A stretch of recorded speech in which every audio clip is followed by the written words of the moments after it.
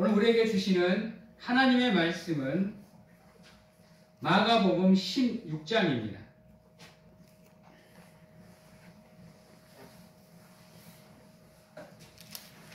마가복음 16장 1절에서 8절 말씀까지 저희들이 보도록 하겠습니다.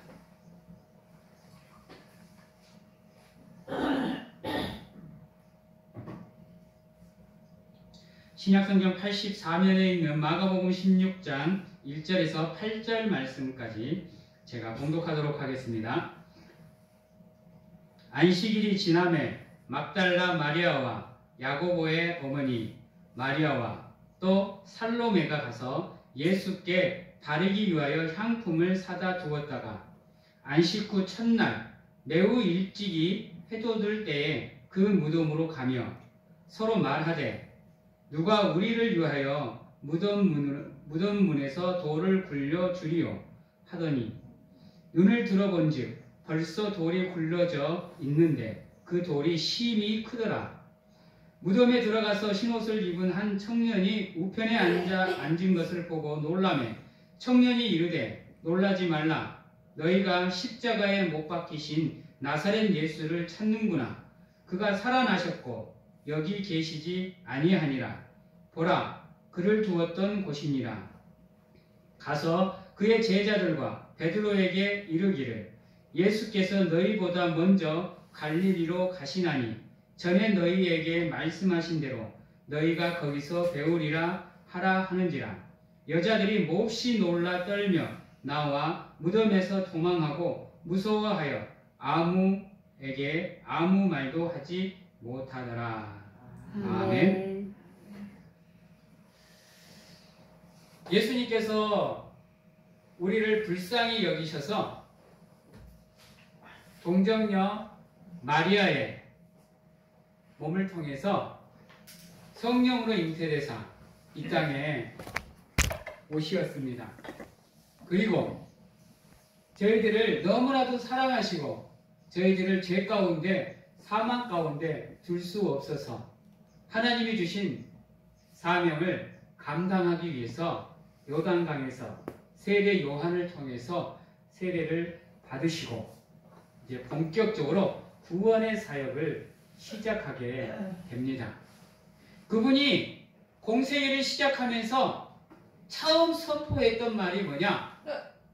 회개하라, 천국이 가까웠느니라 라는 복음 선포였습니다. 그리고 이제 수많은 지역을 돌아다니고 또 수많은 사람들에게 하나님의 이적을 보여주고 가르침을 하면서 그들에게 믿음을 가질 수 있도록 사역을 시작을 합니다. 그리하여 12명의 제자를 부르십니다. 그리고 그들과 함께 3년이라는 삶을 통해서 하나님의 말씀을 가르치기도 하고 수많은 기적들을 보여주면서 자신이 하나님의 아들임을 그들에게 보여줍니다.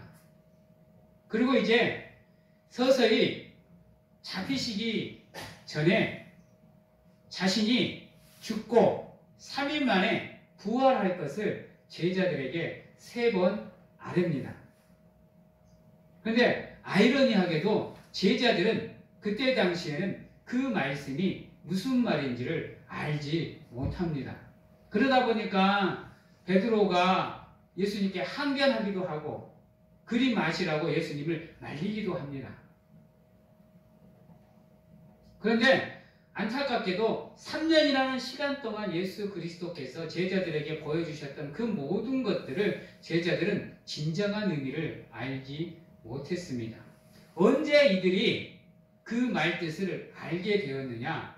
예수 그리스도가 잡히시고 십자가에 못 박히시고 죽으시고 부활하심으로 인해서 그들이 예수님께서 자신들에게 아뢰었던 일렀던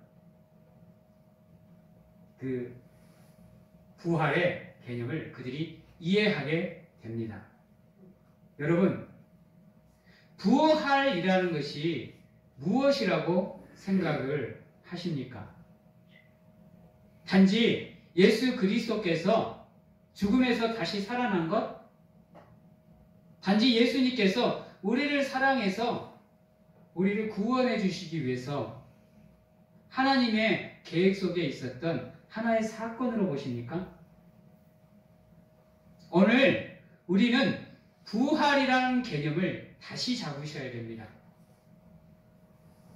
부활은 다른 의미를 갖고 있지 않습니다. 물론 다른 말로 다른 의미로도 수없이 우리가 설명할 수 있지만 가장 중요한 건 뭐냐? 그분이 나를 구원하시기 위해서 죽음, 사망의 권세를 이기신 것과 그것을 통해서 이제 나는 하나님의 사람이 되었다라는 겁니다. 그것이 부활로 인해서 완성이 되었어요. 그러면 적어도 우리가 예수 그리스도의 부활에 참여하는 사람입니다. 그리고 우리는 하나님께서 베푸시는 천국 잔치에 참여할 수 있는 자격을 가지고 있는 사람들이에요. 그래서 마지막 때 예수 그리스도께서 이 땅에 재림하시면 우리는 그분의 손을 잡고 하늘나라로 가서 우리를 위해서 베푸시는 그 구원의 잔치에 우리는 참여할 수 있습니다. 그런데 중요한 건 뭐냐? 이미 우리는 자격을 획득은 했지만 우리의 삶이 내버려져 있는 것이 아니라는 것입니다.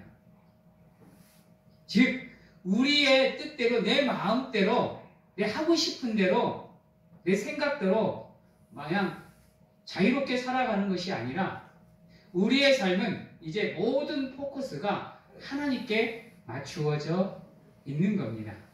그래서 그분이 원하시는 대로 살아가는 존재가 바로 우리가 되어야 되는 겁니다. 왜요? 그분은 흠도 없고 점도 없고 잘못된 것도 없고 어루도 없고 죄도 없는 깨끗한 분이시기에 그분과 함께 해야 되는 우리 또한 그러한 믿음과 삶을 가지고 있어야 되기 때문인 겁니다. 여러분, 만약에 예수 그리스도가 우리를 위해서 이 땅에 오셨을 때 산 제사가 아닌 하목 제물이 아닌 그저 하나님과 동등됨으로 이 땅에 오셨다고 한다면 우리의 구원은 완성이 될 수가 없습니다. 왜냐하면요, 구약 시대에 우리가 제사함을 받는 방법은 제사라는 개념을 가지고 우리가 하나님 앞에 나와서 제사하는 가운데 제물을 드림으로 인해서 그 제물에 빗대어서 우리의 죄가 사해지는 행위가 있었습니다. 그러기에 인류의 죄가 완벽하게 사함을 받기 위해서는 누군가의 희생이 반드시 필요한 산 제사가 있어야 됩니다. 그런데 하나님께서는 다른 존재가 아닌 자신의 독생자를 선택해서 우리를 위해서 죽음에 내어줍니다. 여러분들한테 한번 물어볼게요. 사람이 사람의 죄를 깨끗하게 할 수 있을까요? 내가 나에게 잘못한 사람을 용서했다고 해서 그 죄가 말끔히 씻어질까요? 내가 세상의 법에 심판을 받고 감옥에 가서 살았다고 해서 내 죄가 깨끗해질까요? 우리의 죄가 깨끗해질 수 있는 방법은 오직 하나입니다. 바로 예수 그리스도의 십자가의 공로뿐인 겁니다. 그분의 보혈의 공로만이 우리의 죄를 깨끗하게 씻을 수가 있는 겁니다. 그러기에 우리는 모든 삶을 살면서 어떠한 순간에도 잘못된 길을 걷지 않기 위해서 우리는 늘 노심초사하면서 살아가야 됩니다. 왜냐하면요, 우리는 죄를 지울 수밖에 없는 존재입니다. 나약하기 때문에요. 육신을 갖고 있기 때문에요. 불완전한 존재이다 보니까 죄의 유혹을 완벽하게 뿌리칠 수 있는 존재가 아니에요. 그러기에 죄인된 우리를 위해서, 우리 죄를 사하기 위해서 깨끗하신 분, 죄가 없으신 존재가 우리를 위해서 희생을 해야 되는 과정이 필요합니다. 근데 사람 중에는 의인이 있을까요? 없을까요? 없습니다. 그러기에 사람은 사람을 구원할 수가 없습니다. 그래서 우리를 구원할 수 있는 존재는 오직 한 분, 예수 그리스도밖에 없는 것입니다. 그러기에 하나님께서는 자신이 사랑하는 그 독생자 예수를 너무도 사랑하는 우리를 위해서 내어주실 수밖에 없었던 겁니다. 여러분, 십자가에서 예수님께서 고통을 받으시면서 물과 피를 다 쏟으시는 그 모습을 하나님은 보시면서 어떠한 생각을 하셨을까요? 아니, 그 장면을 하나님은 보셨을까요? 어떤 분은 우리를 위해서 그 순간은 눈을 감으셨다고 합니다. 그래서 온 세상이 어둠으로 뒤덮였다라고 얘기를 하는 사람도 있습니다. 그러나 그것은 성경에 나와 있지 않기 때문에 우리는 자세하게 모릅니다. 그러나 한 가지 분명한 것은 우리를 위해서 자신이 사랑하는 독생자 예수 그리스도를 우리에게 내어주셨다라는 겁니다. 그리고 그분이 겟세마네에서 간절하게 기도하는 가운데 제발 하나님 아버지, 내가 이것을 피할 수 있으면 피하게 해 주시옵소서라고 기도했을 때 하나님의 마음은 어땠을까요?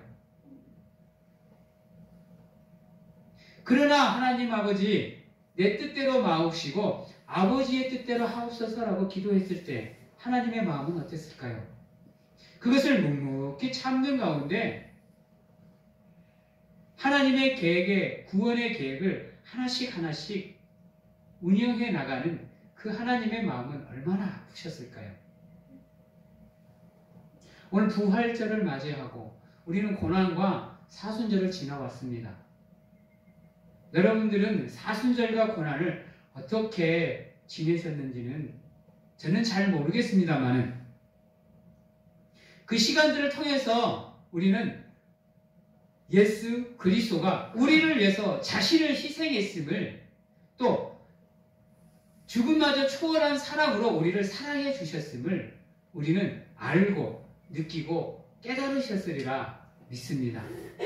그리고 이 부활을 통해서 죄에서 우리를 건져주심으로 인해서 온전히 하나님의 자녀를 삼아주신 그 은혜가 얼마나 크고 놀라운지 또한 우리는 알고 있습니다. 그러기에 오늘 성찬과 세례를 통해서 우리 성도님들은 떡과 포도주를 받으실 때 분명히 감사하는 마음을 가지셨을 거예요. 그러면 중요한 게 뭐냐? 그의 합당한 삶을 살기 위해서 우리는 노력을 해야 되는 겁니다. 앞에서도 말했지만 제자들은 예수님을 통해서 수많은 가르침을 받았어요. 이 막달라 마리아도 마찬가지고요. 여인들도 예수님을 따라다니면서 참 많은 가르침을 받았습니다.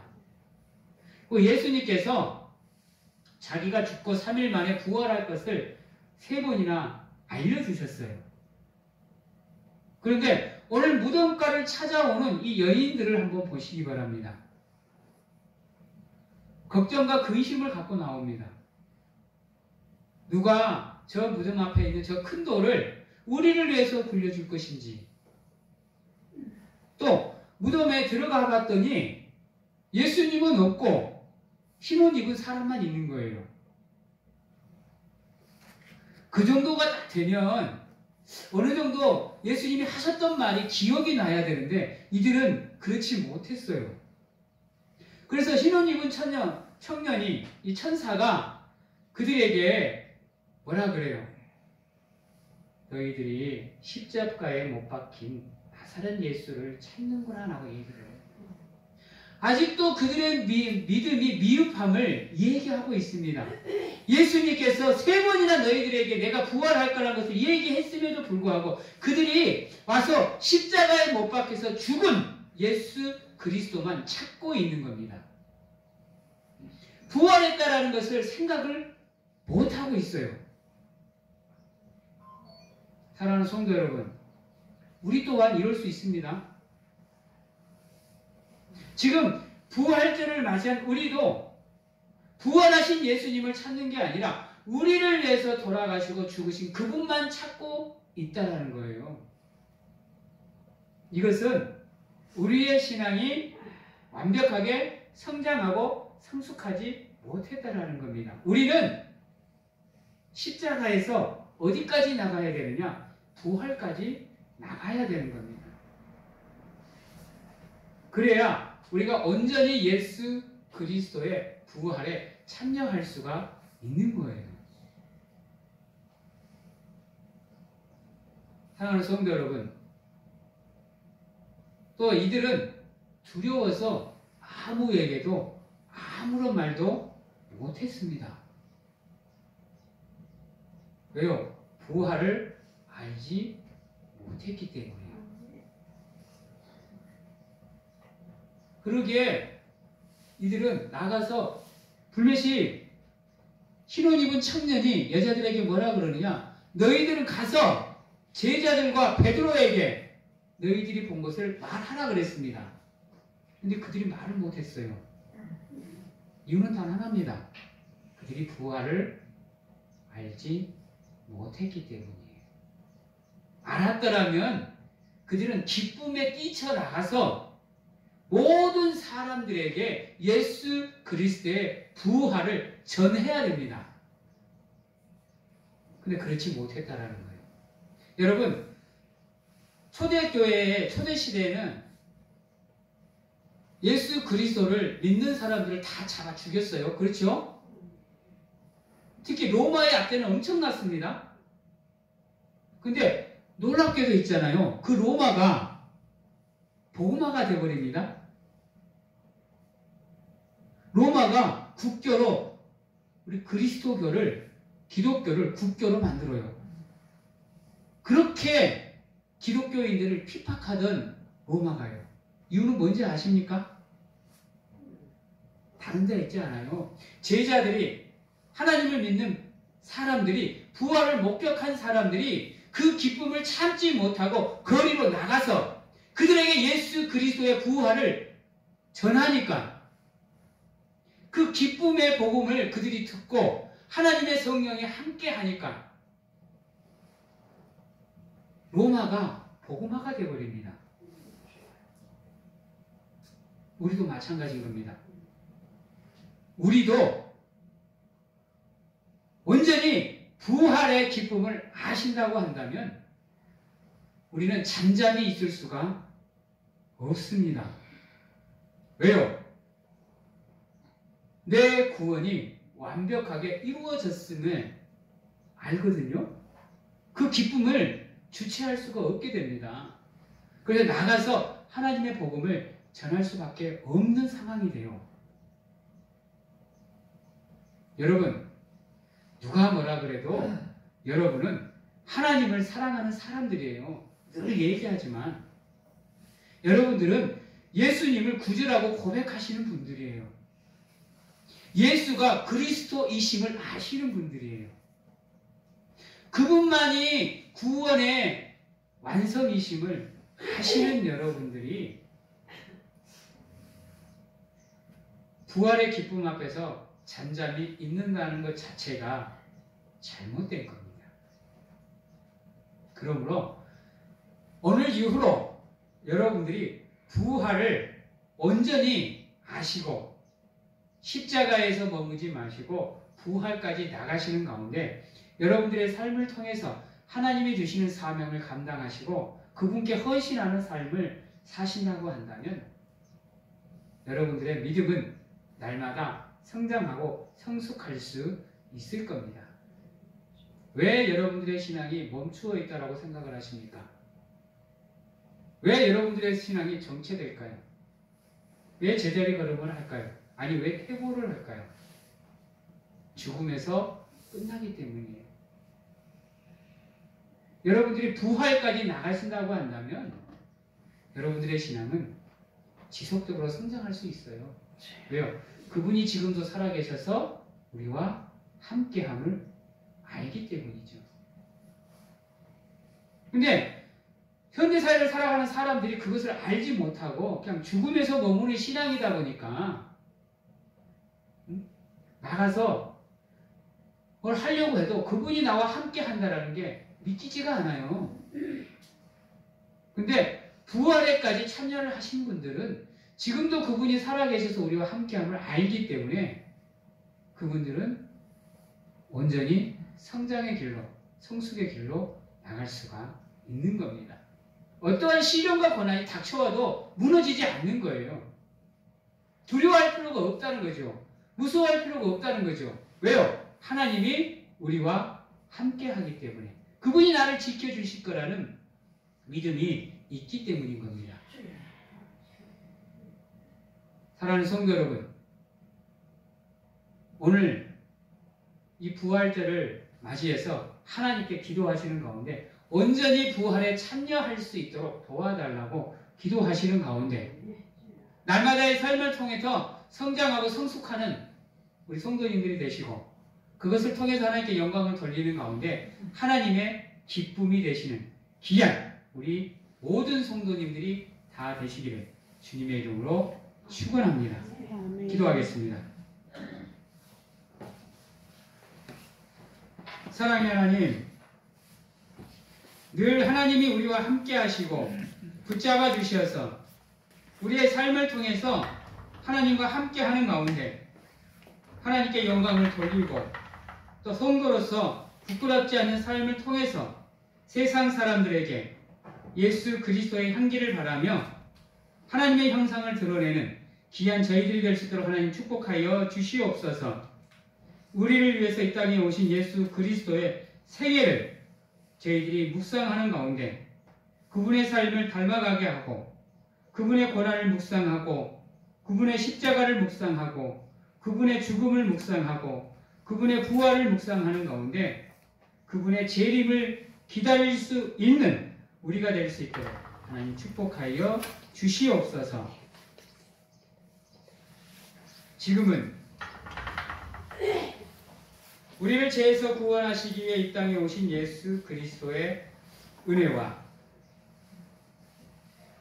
세상 끝날까지 저희들을 안아주시고 품어주시는 하나님 아버지의 사랑하심과 세상 어느 곳에 가서 무엇을 하든지 간에 저희들을 지키시고 보호하시는 성령님의 교통하심이 오늘 이 자리에서 예수 그리스도의 부활에 참여하는 가운데 기쁨을 하나님께 영광을 돌리고자 확신하는 성도님들과 오늘 성부와 성자와 성령의 이름으로 세례를 받은 우리 김태은 머리 위에 가정과 직장, 자녀와 건강, 학업 위에 지금부터 영원토록 함께 하시기를 축원하옵나이다.